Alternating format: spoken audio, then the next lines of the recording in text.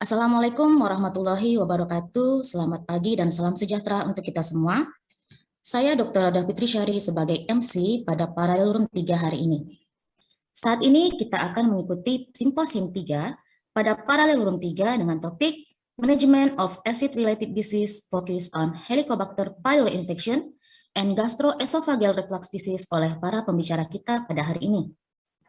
Untuk pembicara pertama yang terhormat, Profesor Dr. Arif Fahrial Syam, spesialis penyakit dalam, konsultan gastroenterohepatologi Finasim, FACP, FACG MMD, yang akan membawakan materi Helicobacter pylori Infection in Indonesia, What is our uniqueness and how to manage. Pembicara kedua yang terhormat Dr. Firly Nandan Muzellina, spesialis penyakit dalam, yang akan membawakan materi Management of Gastroesophageal Reflux Disease, Where are we now and where are we going? Simposium 3 ini akan dipandu oleh moderator yang terhormat Dr. Bogi Pratomo Wibowo, spesialis penyakit dalam, konsultan gastroenterohepatologi Finasim. Sebelumnya saya akan membacakan CV dari moderator. Dr. Bogi Pratomo Wibowo, spesialis penyakit dalam, konsultan gastroenterohepatologi Finasim. Beliau meraih gelar dokter di Fakultas Kedokteran Universitas Brawijaya lulus tahun 1994. Beliau meraih gelar spesialis penyakit dalam pada tahun 2004 dan juga konsultan gastroenterohepatologi ilmu penyakit dalam pada tahun 2016. Saat ini beliau menjabat sebagai Kepala Divisi Gastroenterohepatologi bagian ilmu penyakit dalam Saiful Anwar, Malang. Kepada moderator, kami persilahkan dengan hormat, Dokter. Terima kasih, Dok. Apakah suara saya bisa terdengar dengan jelas, Dok? Sudah, Dokter. Alhamdulillah. Bismillahirrahmanirrahim. Assalamualaikum warahmatullahi wabarakatuh. Selamat pagi dan salam sejahtera untuk kita semua. Alhamdulillah pada pagi hari ini kita bersama-sama mengikuti suatu acara yang sangat luar biasa, Medical Studium Generale 2022, yang merupakan kolaborasi dari PBID dengan Kolegium dan PB PABDI, yang saya kira akan banyak sekali memberikan wawasan dan materi-materi mengenai perkembangan terbaru di bidang ilmu penyakit dalam yang sangat bermanfaat untuk kita semua. Yang saya hormati para senior, para guru besar dan sejawat sekalian, pada Simposium 3 ini topiknya adalah Management of Acid-Related Disease, Focus on Helicobacter pylori Infection and GERD. Kita punya dua pembicara yang saya kira sangat luar biasa pada pagi hari ini. Kami mohon maaf karena ada sedikit kendala teknis, maka Prof. Ari akan bicara pada sesi yang kedua. Pembicara kita yang pertama adalah Dr. Firly Nanda Muzellina, spesialis penyakit dalam. Saya kira sejawat sekalian juga sudah mengenal beliau. Saat ini beliau adalah staf di Divisi Gastroenterologi RSCM FKUI. Mungkin kita juga sudah bisa melihat tampilan dari CV beliau.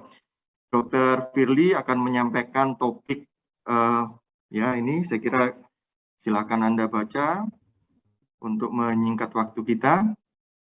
Dr. Firly akan menyampaikan topik yang saya kira banyak sekali dijumpai pada praktek sehari-hari kita, ya, Management of GERD, Where are we now and where are we going?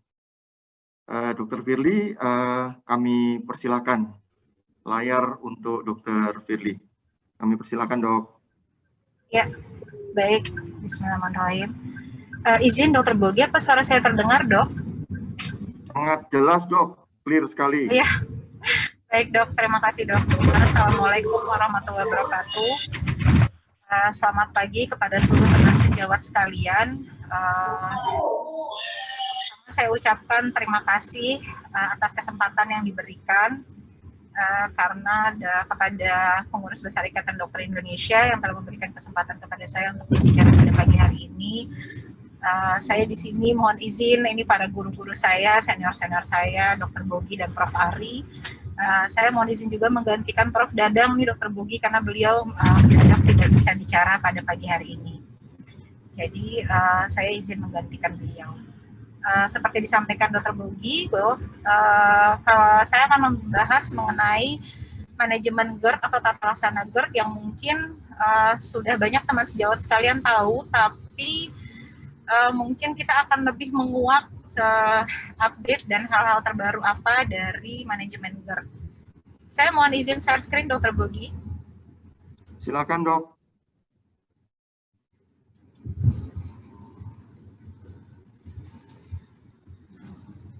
Ya, sudah nampak, Dokter. Saya kira Sudah sangat nampak ya, Dok? jelas. Ya, baik, Dok. Terima kasih. Saya izin mulai ya, Dok. Jadi pagi hari ini saya akan bahas Management of GERD, where are we now and where are we going.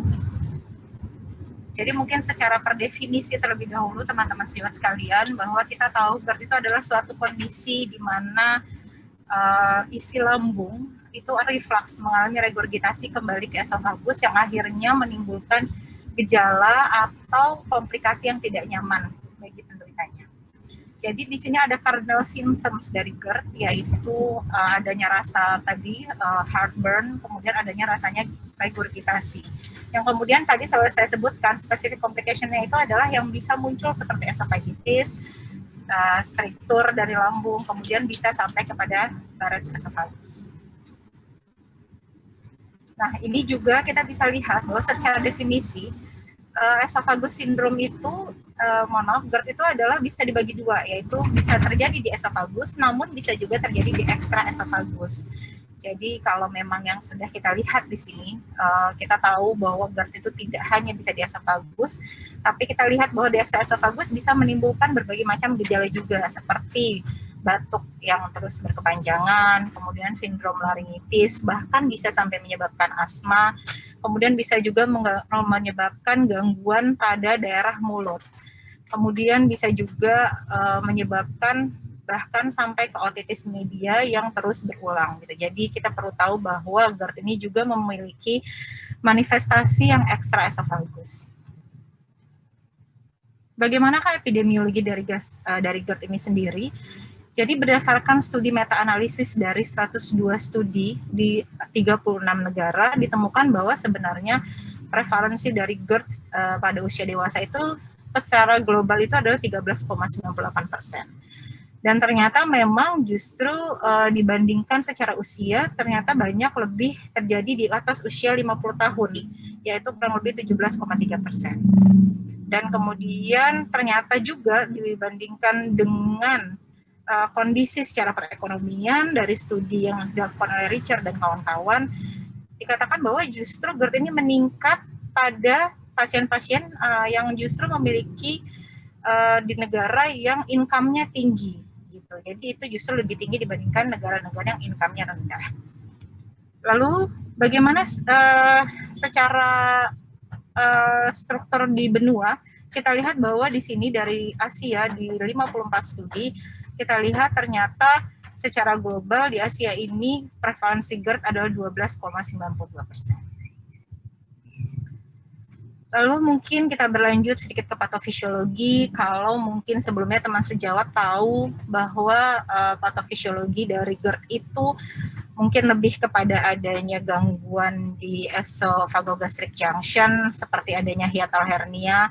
Namun kalau kita bisa lihat di sini bahwa berdasarkan studi dari Savarino dan teman-teman di 2021 yang terbaru, patofisiologi GERD itu ternyata cukup kompleks teman-teman sejawat sekalian. Kita lihat bahwa melibatkan berbagai macam hal, seperti yang tentu pertama adalah, yang paling utama adalah relaksasi yang secara sementara dari lower esophageal sphincter. Kemudian tadi saya sebutkan gangguan di diafragma, yaitu adanya hiatal hernia, adanya hipotonus dari fungsi lower esophageal sphincter. Kemudian namun yang bisa dilihat di sini ternyata mekanisme-mekanisme lain yang terjadi pada patofisiologi adalah seperti adanya ketidaknormalan dari clearance esophagus, kemudian ternyata pembentukan zat-zat atau makanan yang mengandung asid secara banyak itu juga bisa menyebabkan, atau acid pocket formation yang menumpuk di lambung juga bisa menyebabkan munculnya terjadinya GERD, kemudian adanya pengosongan lambung yang terlambat, kemudian adanya penurunan mucosal resisten dari esofagus. Hal itu semua menyebabkan munculnya gejala GERD. Nah, yang terbaru juga adalah ternyata di lain dari semua yang bersifat mekanik, ternyata hipersensitivitas terhadap asid juga merupakan menjadi salah satu patofisiologi yang terjadi pada GERD. Jadi memang GERD ini cukup kompleks patofisiologi, maka dari itu terkadang sulit diobati GERD-nya karena berbagai macam mekanisme yang terjadi pada GERD. Ya, ini seperti yang tadi saya sampaikan, kita bisa lihat di sini macam-macam tadi patofisiologi yang sudah sampaikan sebelumnya. Yang paling utama adalah hipotensi atau hipotonus dari lower esophageal sphincter. Kemudian tadi adalah relaksasi yang sifatnya transien atau sementara dari lower esophageal sphincter. Nah, bagaimanakah cara kita mendiagnosis GERD? Sebenarnya tidak ada baku emas atau baku standar terhadap diagnosis GERD, tapi merupakan kombinasi. Jadi kita harus tahu bagaimanakah presentasi atau anamnesis dari pasiennya, munculnya dengan gejala seperti apa. Kemudian perlu juga kita evaluasi endoskopi, nanti kita bahas kapan kita perlu melakukan endoskopi. Kemudian reflux monitoring gitu ya dengan pH metri. Kemudian juga harus menilai respon terhadap intervensi terapi yang sudah dilakukan. Jadi kita bisa melakukan diagnosis GERD tapi berdasarkan semua kombinasi. Jadi memang tidak hanya berdasarkan satu baku emas saja. Nah, diagnosis pemeriksaan penunjang apa yang bisa kita lakukan untuk mendiagnosis GERD, yaitu kita akan bahas satu-satu nanti, PPI test, GERD-Q, esophagogastroduodenoscopy, dan juga pH metri. Mari kita bahas PPI test terlebih dahulu. Nah, ini PPI test ini adalah tes yang banyak dilakukan atau digunakan untuk mendiagnosis adanya GERD. Biasanya kita memberikan double dose, atau kadang bisa sampai awalnya kita biasanya memberikan double dose dari PPI. PPI itu adalah golongan proton pump inhibitor, biasanya 1-2 minggu tanpa dilanjutkan oleh pemeriksaan endoskopi. Namun ternyata yang teman-teman sejawat perlu tahu, PPI test ini memiliki sensitivitas yang tidak tinggi, yaitu hanya 78%, dan juga spesifitas yang rendah, 54%, bila dibandingkan terhadap endoskopi dan monitoring pH sebagai standarnya. Nah, ini studi ini yang dilakukan oleh Katz et al. Dan Numans et al. Menyatakan bahwa sayangnya PPI test ini memiliki limited sensitivitas dan spesifitas. Ya, ini adalah beberapa studi juga yang kita lihat akurasinya bila menggunakan PPI test untuk mendiagnosis GERD. Bisa dilihat di sini sebenarnya seperti penggunaan esomeprazol, rabeprazol, dengan single dose maupun dengan double dose, ternyata sensitivitasnya yang paling tinggi adalah menggunakan esomeprazol dengan single dose selama 13 hari, namun spesifitasnya juga tidak tinggi. Jadi kita bisa lihat pada semua studi ini, ternyata spesifitas dan sensitivitasnya itu tidak ada yang terlalu tinggi. Kemudian, Katz et al. Pada guidelines dari American College Gastroenterology terbaru mengatakan bahwa memang sebenarnya masih bisa disarankan penggunaan PPI test secara trial, yaitu selama 8 minggu, tapi dan hanya diberikan 1 kali per hari pada pasien-pasien yang tidak memiliki alarm symptoms. Jadi masih direkomendasikan oleh ACG. Namun memang walaupun itu memang sifatnya secara praktikal lah, yang teman-teman harus tahu bahwa sensitivitas dan spesifitas dari PPI test itu terbatas. Jadi mungkin bila nanti teman-teman sejawat yang berada di layanan primer harus diingat bahwa bisa masih dianjurkan oleh Perhimpunan ACG, namun yang teman-teman harus ingat ternyata sensitivitas dan spesifitasnya itu terbatas. Nah, studi diagnosis approach yang lain yaitu adalah GERD-Q atau GERD questionnaire. Nah, ini sudah mudah kita dapatkan.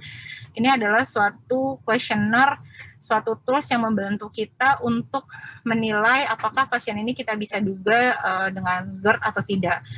Ini adalah beberapa pertanyaan yang sudah dalam bahasa Indonesia, dan sebenarnya GERD questionnaire ini sudah bisa teman sejawat dapatkan juga di aplikasi teman sejawat, seperti di Play Store itu sudah ada GERD-Q, jadi mudah sekali tinggal diunduh.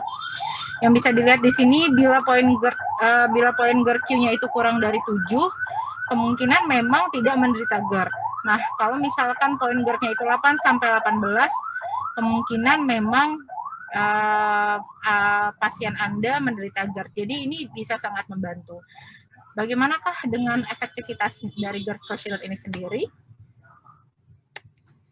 Nah, studi yang dilakukan oleh Jones pada tahun 2009 bahwa ternyata GERD-Q ini memiliki sensitivitas 64% dengan spesifitasnya 71,4%. Jadi memang sedikit lebih tinggi dibandingkan dari PPI test. Jadi kita bisa lihat bahwa dengan spesifitas dan sensitivitas yang cukup tinggi, GERD-Q ini bisa teman-teman sejawat kerjakan untuk mendiagnosis GERD di primary care setting gitu. Jadi dari layanan primer utama yang pertama bisa membantu untuk mendiagnosis GERD menggunakan GERD questionnaire. Jadi ini disarankan dibandingkan PPI test. Kemudian bagaimanakah dengan EGD? Kapankah kita melakukan pemeriksaan EGD? Jadi EGD ini kita lakukan bila memang pasiennya itu memiliki alarm simptom seperti disfagia, penurunan berat badan yang drastis dan tidak jelas penyebabnya apa, kemudian perdarahan saluran cerna, muntah yang terus-menerus, kemudian anemia yang juga tidak diketahui penyebab dasarnya apa.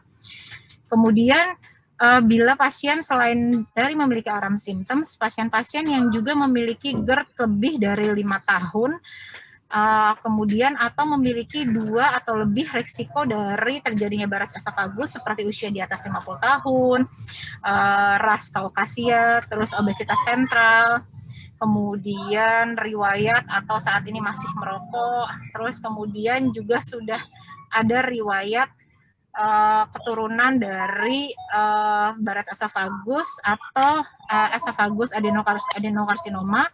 Nah, pasien-pasien ini yang juga harus dilakukan EGD. Gitu ya. Jadi tidak semua pasien GERD, namun ini adalah indikasi kapan kita perlu melakukan EGD pada pasien GERD. Ya, ini juga kita lihat bahwa berdasarkan dari ACG, pasien yang memiliki riwayat nyeri dada, yang kemudian yang sudah bisa dieksklusi bahwa tidak memiliki penyakit jantung, itu juga perlu disarankan untuk dilakukan EGD. Kemudian kita lihat tadi seperti disampaikan yang sebelumnya, kalau memang pasien datang dengan disfagia, EGD sangat dianjurkan atau dengan alarm symptoms. Dan kita juga lihat bahwa pasien-pasien yang sudah diberhentikan PPI 2-4 minggu, kemudian tidak respons dengan pemberian terapi PPI empirik yang sudah diberikan selama 8 minggu, juga harus dipertimbangkan untuk dilakukan endoskopi. Nah, ini adalah gambaran dari endoskopi yang bisa ditemukan pada pasien GERD, yaitu berdasarkan Los Angeles classification. Kita lihat ada A, B, C, dan D. Di sini adalah sebenarnya dilihat dari adanya esophagitisnya. Ini bila pasien dengan erosive esophagitis, yaitu ada derajat A dengan mucosal break yang masih kecil, kemudian derajat B yang lebih besar, kemudian C yang lebih panjang, dan D juga mucosal break-nya lebih panjang. Ya, ini mungkin pengetahuan sedikit, ini yang kira-kira bisa ditemukan pada pasien-pasien dengan GERD atau erosive esophagitis. Kemudian kita berlanjut ke diagnosis approach lain, yaitu pH-metry. Jadi pH-metry ini kita lakukan bila pasien-pasien mengalami refractory GERD. Apa itu refractory GERD? Nanti akan dibahas lebih lanjut. Atau misalkan pasien-pasien yang ternyata simptomnya tidak khas gitu ya, atypical. Kemudian diagnosis GERD-nya juga masih belum tegak. Nah, kemudian yang lain lagi pH-metry digunakan bila kita mau melakukan surgery pada pasien-pasien GERD, jadi perlu dilakukan evaluasi preoperatif. Kemudian juga untuk membedakan apakah benar ini refluksnya acid atau refluksnya non-acid gitu. Jadi kita perlu melakukan pH-metry. Kalau memang untuk mendiagnosis GERD itu direkomendasikan pada saat tidak diberikan terapi PPI atau PPIF untuk menilai acid exposure time, yaitu adalah seberapa banyak reflux yang muncul pada saat pemeriksaan pH-metry. Jadi yang disarankan adalah pada saat tidak diberikan terapi PPI. Nah, bagaimanakah dengan high resolution manometry? High resolution manometry adalah bisa dibilang adalah pH-metry juga belum banyak tersedia di sentral kita di Indonesia, cuman kita bisa melakukan pH-metry yang tadi disampaikan bila memang kita pasien mengalami GERD refractory dan kita ragu apakah ini benar acid reflux atau non-acid reflux. Nah, bagaimana dengan manometry, high resolution manometry? Jadi biasanya high resolution manometer atau kita singkat dengan HMR adalah untuk kita pasang semacam kateter impedance gitu ya melalui esofagus.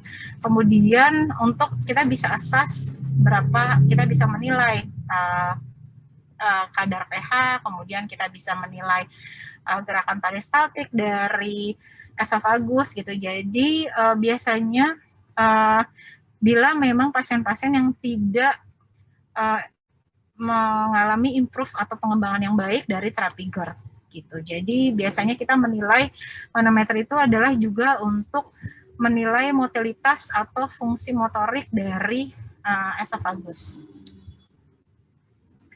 Jadi ini adalah beberapa interpretasi yang kita lakukan dari pasien-pasien pemeriksaan GERD.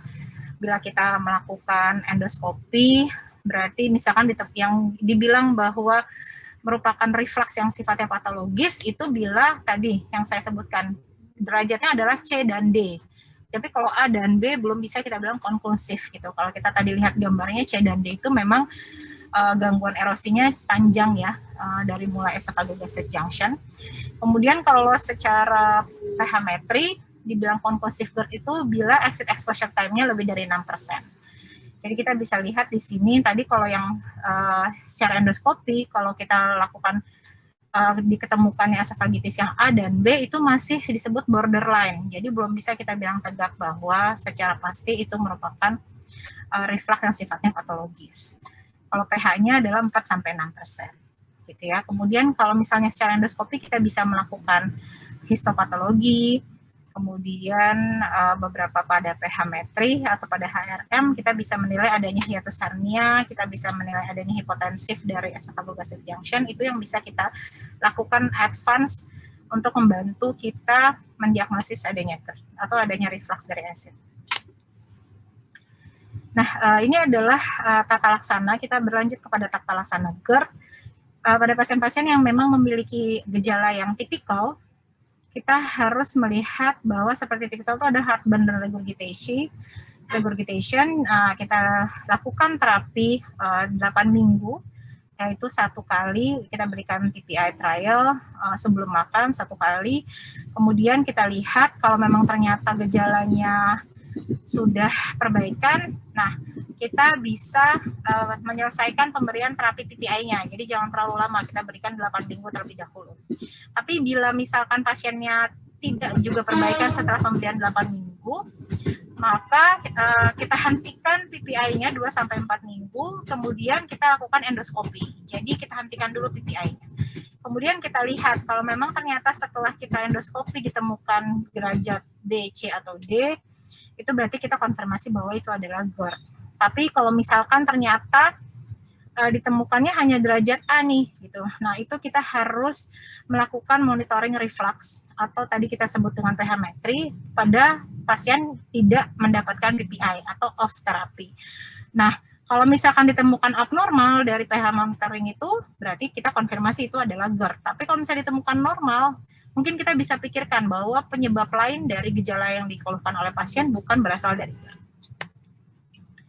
Nah, kalau dengan extraphageal symptoms, kita lihat bahwa harus secara detail kita tanyakan bagaimana kondisinya, karena bisa saja extraphageal symptoms itu penyebabnya bukan GERD gitu. Jadi kita benar-benar harus secara detail dan kita pikirkan penyebab-penyebab yang lain. Kalau memang dia ternyata khas gitu, kita bisa berikan tadi, kita berikan juga dia ada gejala GERD dan dia ada gejala extraesophageal. Kita bisa berikan PPI-nya double dose sampai 12 minggu. Kemudian kalau misalkan dia membaik, berarti kita obati sebagai GERD. Tapi kalau misalnya dia tidak membaik, kita bisa lakukan monitoring dari yang tadi, pH-metri ya, sama PPI-nya di stop. Nah, ini kalau misalkan ternyata abnormal, benar pH monitoringnya abnormal, kita bisa terapi sebagai GERD. Cuman kalau misalnya ternyata normal, mungkin bisa dilihat dilanjutkan dengan pH impedance monitor. Yang juga mesti saya tekankan kepada teman-teman sejawat sekalian, yang sering dilupakan bahwa selain kita memberikan terapi secara medikamentosa, yang paling penting adalah juga memberikan terapi modifikasi lifestyle. Ya, di sini kita bisa lihat berdasarkan dari ACG 2021 yang disarankan adalah bisa kita lihat di sini makanan yang berlemak sebaiknya dihindari, minuman yang bersoda, kemudian yang mengandung sitrus atau asam, kemudian biasanya kita anjurkan makan dalam jumlah porsi yang kecil, kemudian juga kita anjurkan penurunan berat badan, stop merokok, kemudian yang juga kita anjurkan sangat adalah elevasi dari kepala dan juga tidur miring ke arah sebelah kiri. Ya, ini adalah beberapa modifikasi dari lifestyle yang bisa dianjurkan ke pasien-pasien kita. Nah, kita berlanjut ke terapi medikamentosa. PPI yang mungkin kita bisa tahu bahwa memang PPI ini adalah yang sangat dianjurkan.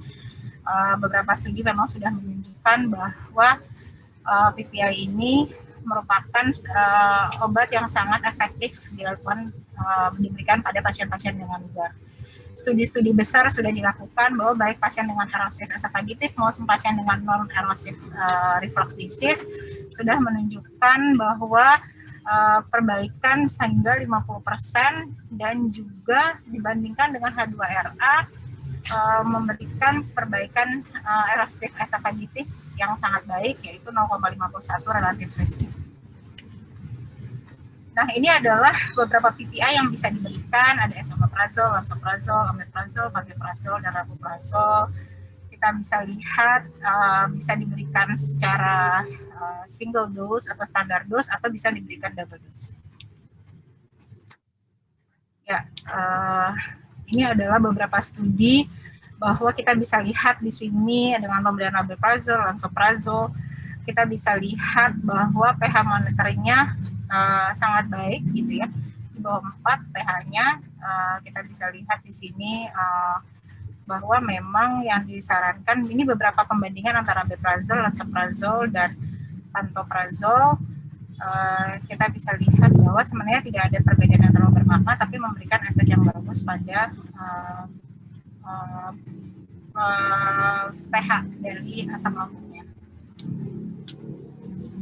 Ya, ini kita bisa lihat bahwa di studi ini pemberian pantoprazol dan rabeprazol sebenarnya lebih efektif dibandingkan omeprazol dan juga lansoprazol. Jadi mungkin bila memang nanti teman sejawat biasanya kan menggunakan ada omeprazol, lansoprazol, mungkin juga memang kita bisa lihat bahwa ada rabeprazol dan pantoprazol yang juga ternyata efektivitasnya lebih baik dibandingkan omeprazol dan lansoprazol. Ini bisa menjadi pertimbangan berdasarkan studi.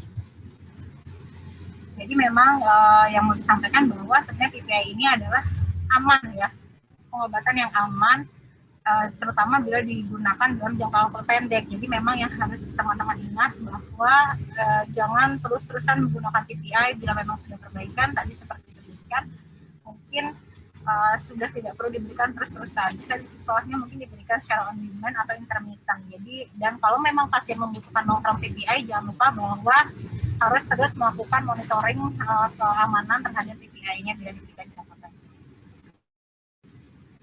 Bagaimanakah dengan H2RA? Sebenarnya kalau dari guidelines terbaru, H2RA itu masih bisa digunakan, tapi yang perlu diketahui adalah digunakannya sebagai add-on terapi, yaitu diberikan sebagai pada malam hari, di mana membantu terapi PPI yang sebelumnya sudah diberikan. Obat-obatan lain yaitu ada disebut GABA B agonis, gitu ya. Yaitu contohnya adalah baclofen. Dia ini mengurangi, tadi kita tahu bahwa patofisiologi utamanya adalah relaksasi dari lower esophageal sphincter. Nah, baclofen ini ternyata mempunyai mekanisme mengurangi dari relaksasi LES tersebut. Dan kemudian juga menurunkan asid postprandial setelah makan gitu. Jadi ini bisa diberikan sebagai bisa dipertimbangkan untuk diberikan pada pasien-pasien yang ternyata sudah diberikan optimal terapi PPI belum perbaikan. Jadi baclofen ini bisa menjadi pilihan, yaitu dengan dosis 3 kali 5-20 mg per hari. Nah, ini adalah obat jenis baru yang memang sebenarnya belum tersedia di competitive acid blocker, memang belum masuk di guidelines yang dari ACG ataupun yang lainnya, namun inilah yang bisa kita lakukan untuk perkembangan berikutnya dari terapi GERD. Karena PCAP ini, kita singkat dengan PCAP, dia tidak membutuhkan kondisi asam gitu untuk diaktifasi, dan dia tidak dipengaruhi oleh makanan. Dia lebih stabil gitu ya, dalam tidak terpengaruh asid, dia akan lebih stabil dalam kondisi asid sekalipun, asam sekalipun, dan dia menunjukkan ekskresi untuk menginhibisi asid itu lebih cepat dibandingkan dengan PPI. Kalau PPI butuh 3-5 hari. Nah, kemudian dan ternyata juga yang menjadi keuntungan, kita tahu bahwa PPI itu di metabolisme melalui CYP to C19, tapi pada PCAP ini ternyata dia di metabolisme melalui CYP3A4 gitu, tidak melalui CYP to C19. Jadi ini adalah keunggulan PCAP kenapa nanti bisa menjadi pilihan dibandingkan PPI. Dan sudah beberapa studi menunjukkan bahwa pemberian PCAP ini atau obatnya namanya adalah vonoprazan, itu memang memberikan efek yang lebih bagus terhadap inhibisi asid, lebih lama dan lebih bertahan lama dan lebih poten berdasarkan beberapa studi dibandingkan oleh PPI.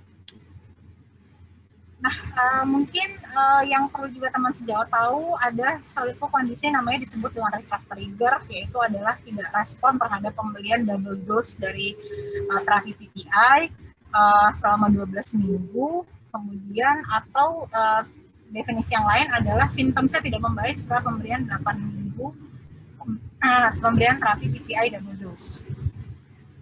Ya, jadi ini kita bisa lihat di sini ada algoritma kapan kita mendiagnosis pasien sebagai refractory GERD. Kita bisa lihat di sini.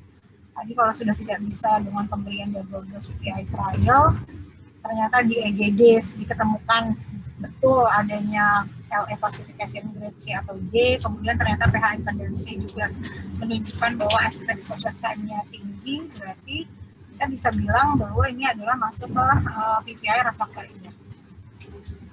Penyebabnya banyak teman-teman sejawat sekalian. Nah, ini tadi saya bisa sempat sampaikan adanya polymorphism dari CYP to C19, ini salah satunya. Yang makanya kenapa bisa PCAP itu menjadi pilihan terapi yang baru. Ya, namun penyebab-penyebab yang lain adalah banyak, kita bisa baca di sini. PPI compliance-nya tidak baik, PPI timing-nya juga pemberiannya biasanya harus diinformasikan pemberiannya adalah sebelum makan 30-60 menit. Oke, nah ini adalah algoritma manajemen dari refractory GERD. Kita bisa lihat berarti kita bisa diagnosis refractory GERD bila memang pasiennya sudah seperti di depan, kita lihat sudah hubungan upper endoskopi, terus kemudian kita sudah bisa menyingkirkan beberapa differential diagnosis dari refractory GERD. Nah, ini berdasarkan dari ACG 2021. Mohon izin waktunya, Dokter Vicky. Menit lagi, Dokter. Baik. Berapa menit lagi, Dok? Mohon maaf. 3 menit lagi, Dokter. Oh iya, baik, Dok. Ini sudah mau selesai. Ya, jadi, ya terima kasih, Dok. Kemudian kita lihat bahwa di sini tadi kita harus lakukan untuk mendiagnosis GERD refractory, kita harus lakukan esophageal manometri, kemudian juga harus kita lakukan pemeriksaan EGD dengan men-stop PPI terlebih dahulu ya. Kemudian nanti akan ada beberapa terapi seperti surgical maupun endoscopic terapi yang bisa diberikan pada kondisi refractory GERD. Nah, ini hal baru yang mungkin teman-teman sedikit perlu tahu bahwa selain kita lakukan surgical, ternyata endoscopic treatment dari refractory GERD itu sudah mulai banyak diciptakan, namun memang alatnya belum tersedia di kita ya, tapi mudah-mudahan akan segera ada. Kalau memang pasien-pasien mengalami refractory GERD, karena endoscopic intervention itu lebih dipilih karena dia less invasif. Kemudian beberapa endoscopic teknik yang bisa dilakukan seperti endoscopic fundoplication device, TIF, NIUS. Kemudian adanya radiofrekuensi yang non ablasi itu juga bisa dilakukan. Adanya magnetic sphincter augmentation Mungkin ini sedikit lebih detail, tapi ini yang teman-teman sejawat perlu tahu bahwa ada terapi yang bisa dilakukan secara perendoskopik untuk menangani refraktor river. Ya, baik. Saya rasa itu saja. Mudah-mudahan bisa membantu teman sejawat sekalian memahami GERD lagi lebih dalam. Saya tutup. Terima kasih banyak. Assalamualaikum warahmatullahi wabarakatuh.